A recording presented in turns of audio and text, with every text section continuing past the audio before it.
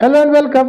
जोहार, नमस्कार। मैं एम एस सर की पाठशाला में आप सबों का हजारों बागों की नगरी से तहे दिल से स्वागत करता हूँ। जब आंखों में अरमान लिया, मंजिल को अपना मान लिया, जब ठान लिया तो ठान लिया, क्या मुश्किल क्या आसान किया। तो चलिए आपकी मुश्किल को आसान करते हैं। और क्लास 8 वालों के लिए एमसीक्यू का दूसरा पार्ट आया हुआ है चैप्टर 4 की। तो पार्ट 1 ऑलरेडी आप देख चुके होंगे, ना देखे होंगे तो देख लीजिएगा। कि कृषि चैप्टर से, एग्रीकल्चर चैप्टर से जो महत्वपूर्ण क्वेश्चंस बने हैं उसको और इसको देख लीजिएगा। उम्मीद है इस चैप्टर से आपको क्वेश्चन ना छूटेगा। लेकिन एक हिदायत ये है, देखने के बाद बुक भी एक बार रीडिंग कर लीजिएगा। कुछ क्वेश्चंस जाने अनजाने मेरे से छूट भी आएगा तो उसको आप मेकअप कर लीजिएगा। तो चलिए शुरू करते हैं और देखते हैं क्या है आज के क्वेश्चंस। क्लास 8 चैप्टर 4 कृषि भूगोल का है, पार्ट 2। विश्व का कॉफी का कटोरा किस देश को कहा जाता है? तो कॉफी का कटोरा ब्राजील को कहा जाता है। क्यों क्यों कहा जाता है? तो प्रश्न यहाँ एक बनता है कि विश्व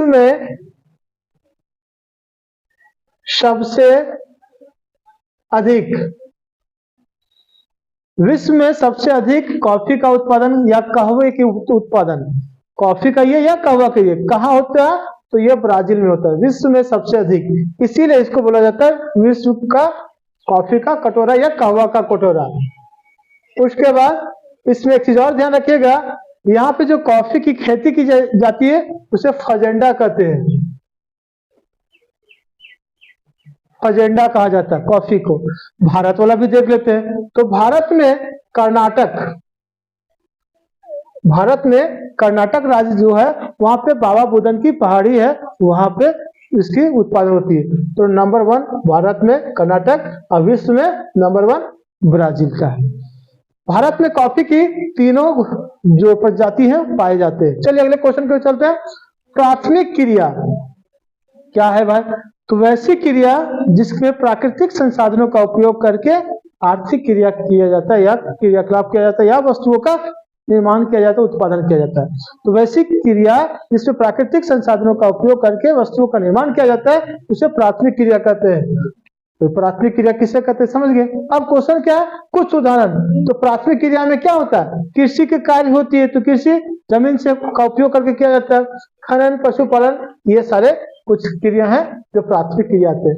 तो आर्थिक क्रियाकलाप के आधार पर 3 प्रकार के बांटा गया आर्थिक क्रियाकलाप को। 3, पहला नंबर प्राथमिक, दूसरा द्वितीयक, तीसरा सेवा क्षेत्र। झूम खेती का दूसरा नाम घुमंतू खेती। तो झूम खेती क्या होती है इसको मैं बताता हूँ। खेती का एक प्राचीन या आदिम तरीका है ये झूम खेती। खेती का प्राचीन या आदिम तरीका कहते हैं इसे झूम खेती को।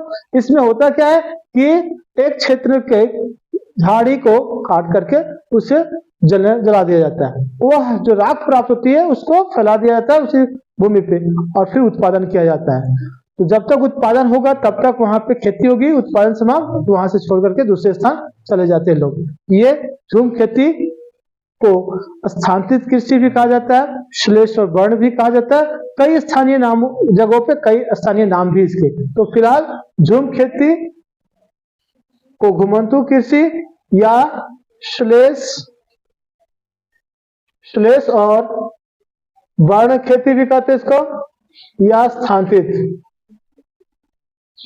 ध्यान रखिएगा, झूम खेती को घुमंतू खेती भी कहते हैं, श्लेष और वर्ण खेती भी कहते हैं। श्लेष और वर्ण क्योंकि काटना और जलाना, और स्थानांतरित क्यों, जब उपजाऊ शक्ति खत्म हो जाती तो छोड़ करके दूसरी जगह चला जाना। तो ये झूम खेती है। क्वेश्चन नंबर 4 क्या बोलता है इसको देखा जाए। सेरीकल्चर किससे संबंधित है? तो कृषि का एक तरीका है जिसमें सेरीकल्चर आता है। तो सेरीकल्चर में रेशम की बात होती है। रेशम उत्पादन जिस तरीके से जिसमें किया जाता है उसे सेरीकल्चर कहते हैं। इसी तरह हॉर्टिकल्चर है। ये सारे कल्चर को आप देख लीजिएगा, बुक का पेज में 8-10 दिया, उसको लिस्ट जो दिया उसको याद कर लीजिएगा। कपास की खेती के लिए कौन सी मिट्टी उपयुक्त होती है?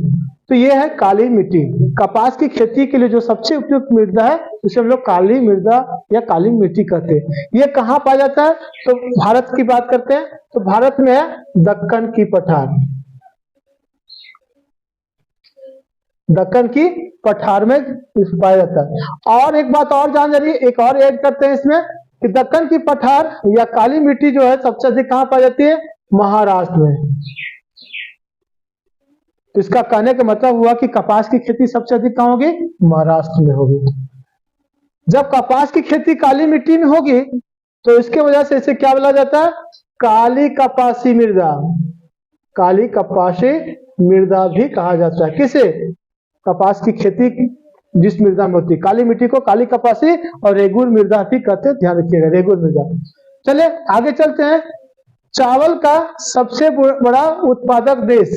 तो विश्व में सबसे अधिक चावल का उत्पादन चीन में होता है। दूसरा नंबर अपना प्यारा देश भारत। तो विश्व में पहला नंबर चीन, दूसरा नंबर भारत। चावल के लिए सबसे अच्छी जो मृदा होती है उस मृदा का नाम है जलोढ़ मृदा। जलोढ़ मृदा इसमें खेती होती है।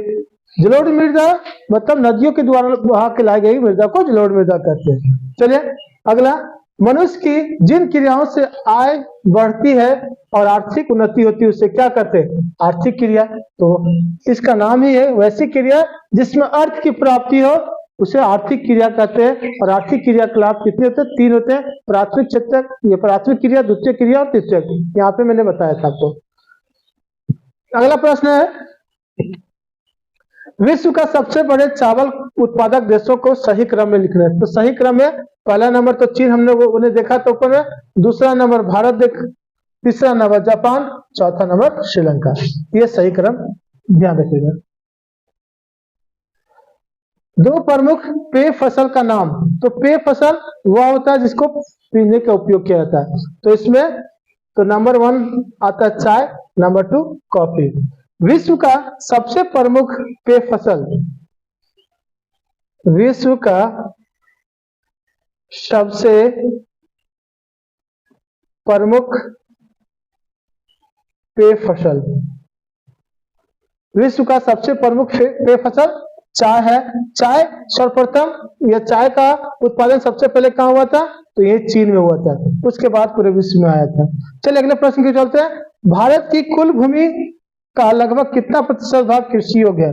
तो अगर भारत की पूरी भूमि को 100% माने तो लगभग उसमें 75% भूमि जो है वह कृषि योग्य है। अगले प्रश्न की ओर चलते हैं।